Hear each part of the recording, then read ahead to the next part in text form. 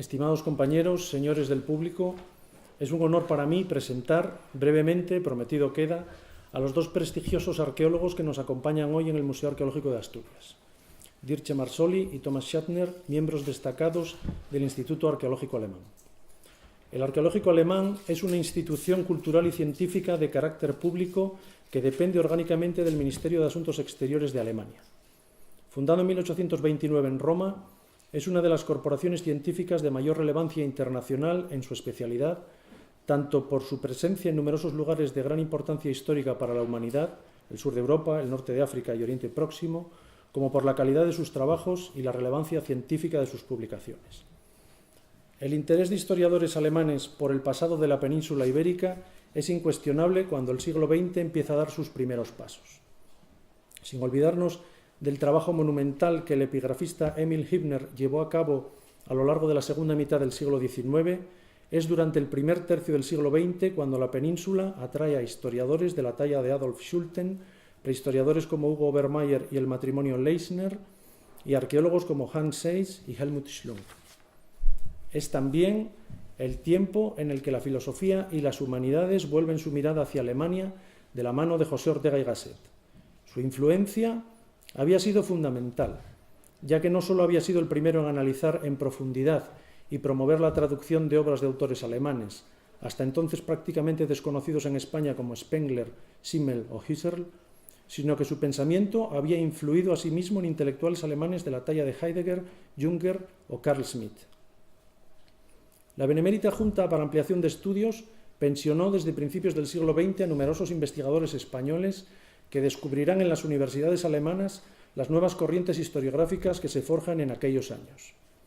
Allí estudiará una buena parte de los protagonistas de la arqueología española de mediados del siglo XX: Pedro Bosch-Gimpera, Martín Almagro, Julio Martínez Santaolalla, Antonio Blanco Freijeiro y Antonio García y Bellido, entre otros.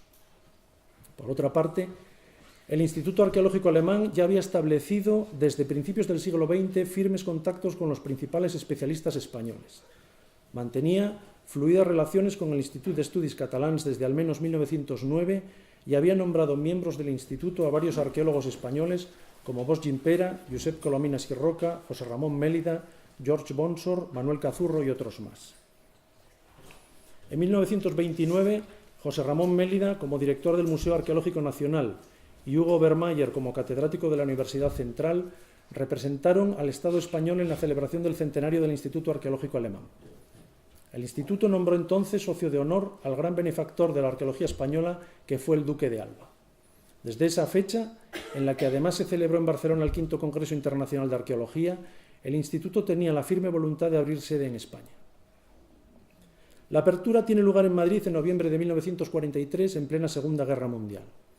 La prensa de la época celebraba el acontecimiento de la inauguración en el Instituto Alemán de Cultura de un centro de estudios especializados en prehistoria, de un centro de estudios arqueológicos que disponía de una biblioteca con una buena dotación de libros especializados en prehistoria, arqueología clásica y arte medieval.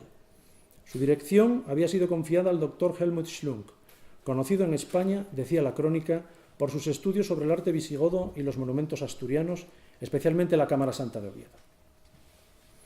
Por las circunstancias de la guerra de todos conocidas, el instituto no abrió definitivamente sus puertas hasta marzo de 1954, hace ahora 60 años. Durante este tiempo, los investigadores del instituto han realizado innumerables intervenciones arqueológicas de todo tipo en el marco de numerosos proyectos científicos: excavaciones, trabajos de arqueología submarina, prospecciones, levantamientos planimétricos y topográficos y estudios de materiales escultóricos y epigráficos.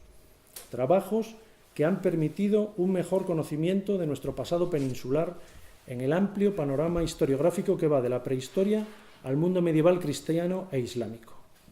Es irónico que no sea un organismo del Estado español, sino una institución de marcado perfil europeísta y vocación internacional, como el Instituto Arqueológico Alemán, la que nos permite a los españoles tener una visión tan completa y rica de nuestra historia más antigua y de nuestro patrimonio arqueológico, de la costa catalana a la de Galicia, de Oviedo a Málaga. No habrá un solo español que no esté de acuerdo en que la historia humana está hecha de situaciones locales. Nadie nunca ha estado fuera de ellas y todas nuestras visiones del mundo provienen de ellas. Sin embargo, Lo que es más difícil encontrar entre nosotros es a aquellos que comprenden que esas situaciones locales son el punto inicial del análisis social o histórico y no su punto final. El nombre del instituto está unido al de algunos de los yacimientos arqueológicos más importantes de España y Portugal, como los de Ambrona en Soria, Zambujal en Torres Vedras, Fuente Álamo en Almería, los asentamientos y necrópolis fenicias de Toscanos, Alarcón, Jardín, Morro de Mezquitilla y Trayamar en la costa mediterránea, el santuario de Donón en Pontevedra, las ciudades antiguas de Tarragona y Munigua, el mausoleo de Cencelles en Tarragona, la mezquita de Córdoba y nuestros principales edificios altomedievales. Además, su hogar español atesora una de las 3 mejores colecciones bibliográficas especializadas del país. Se trata de un riquísimo fondo en permanente crecimiento que está formado por unos 70.000 volúmenes y 700 publicaciones periódicas. Además, la institución permite el acceso a los investigadores y especialistas, sumando anualmente más de 3.000 usuarios. Todo esto convierte a esta excelente biblioteca en un centro documental vivo y de primer orden y es motivo de orgullo de sus responsables. Por estas razones, la sede madrileña del Instituto es terreno sagrado para quienes, como yo, vivimos y trabajamos a la vez en el mundo de la arqueología y en el de los libros, y para los que consideramos que la lectura y la escritura son tareas tan importantes para los arqueólogos como la excavación, la prospección y el estudio de los restos materiales. Toda institución científica que se precie, no lo olvidemos, debe tener siempre la mejor de las bibliotecas. Asturias contrajo hace mucho tiempo deuda de gratitud con los científicos e investigadores alemanes que han vivido y trabajado en nuestra región. Han actuado de embajadores culturales, han llevado el nombre de nuestra tierra lejos de aquí y han permitido la difusión y el conocimiento de nuestro patrimonio cultural. Cumple aquí recordar, aunque sea brevemente, a algunos de estos benefactores. El gran geólogo Guillermo Schultz, quizás una de las inteligencias arqueológicas más importantes del siglo XIX, el anticuario Roberto Frasinelli, el geólogo y alpinista Gustavo Schulze, autor de los primeros estudios científicos sobre los picos de Europa, el prehistoriador Hugo Obermayer, cuyos trabajos de campo, en colaboración con el conde de la Vega del Sella, y sus obras de síntesis fueron fundamentales para la sistematización de la prehistoria asturiana antes de que tuviese lugar la Guerra Civil, el etnógrafo Fritz Krüger, que realizó a finales de los años 20 un importante trabajo en el suroccidente de Asturias, y el historiador del arte Víctor Elbern, gran embajador del patrimonio artístico medieval asturiano. Pero si hay un humanista alemán al que Asturias debe imperecedero recuerdo, ese es el profesor Helmut Schlong. Nacido en el norte de Alemania en 1906, se formó en las universidades de Viena, Berlín y Hamburgo. En 1928, por consejo de su profesor Adolf Goldschmidt, visita España durante 9 meses en un viaje de estudios preparatorio de su tesis doctoral. Estancia que repetirá en el periodo 1930-1932. Asturias ocupa un lugar principal en su importante producción científica, que comenzó con el estudio de la pintura prerrománica asturiana y terminó con el de las cruces asturianas altomedievales, trabajo este último que le atareaba poco antes de fallecer y que fue publicado póstumamente por el Instituto de Estudios Asturianos.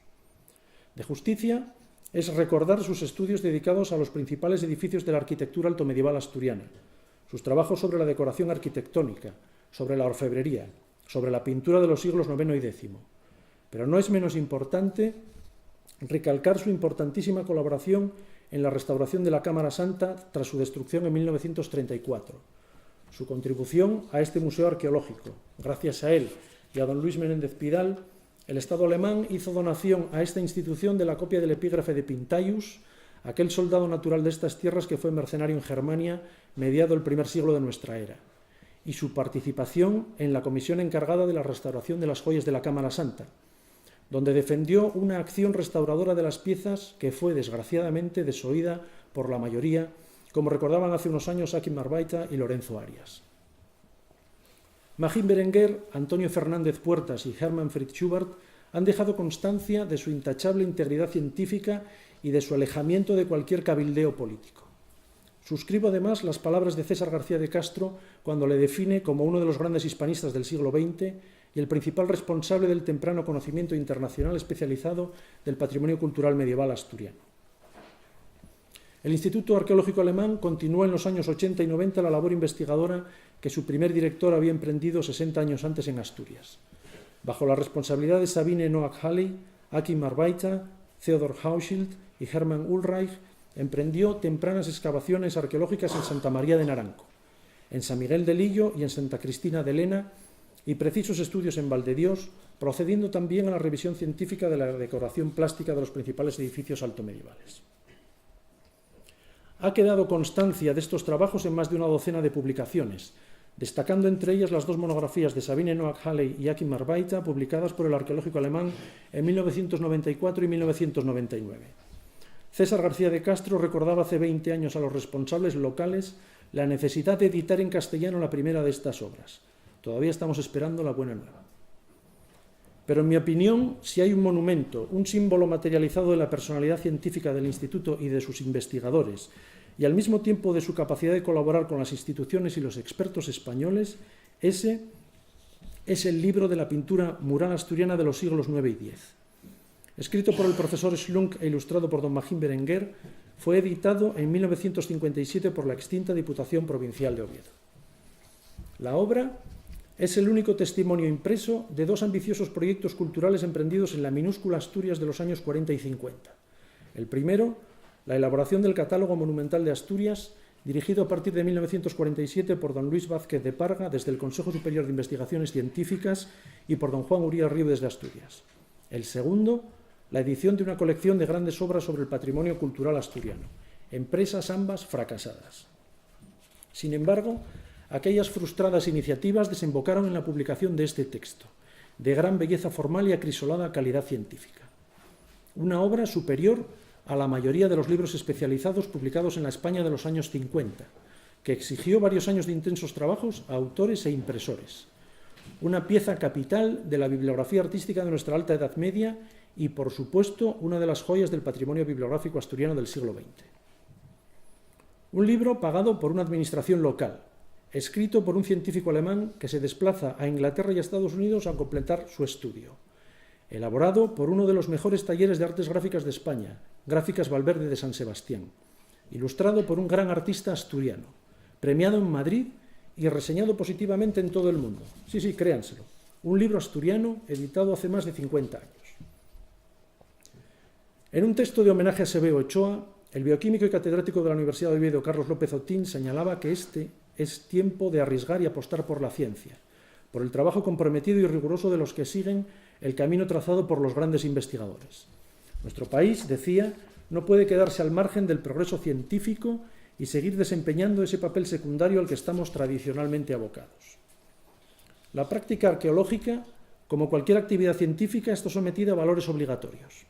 Merece la pena recordarlos: el universalismo, el desinterés, el carácter comunicable, público y verificable de sus resultados, la capacidad cooperativa y competitiva de sus actores, la precisión, la coherencia, la amplitud, la simplicidad y la fecundidad.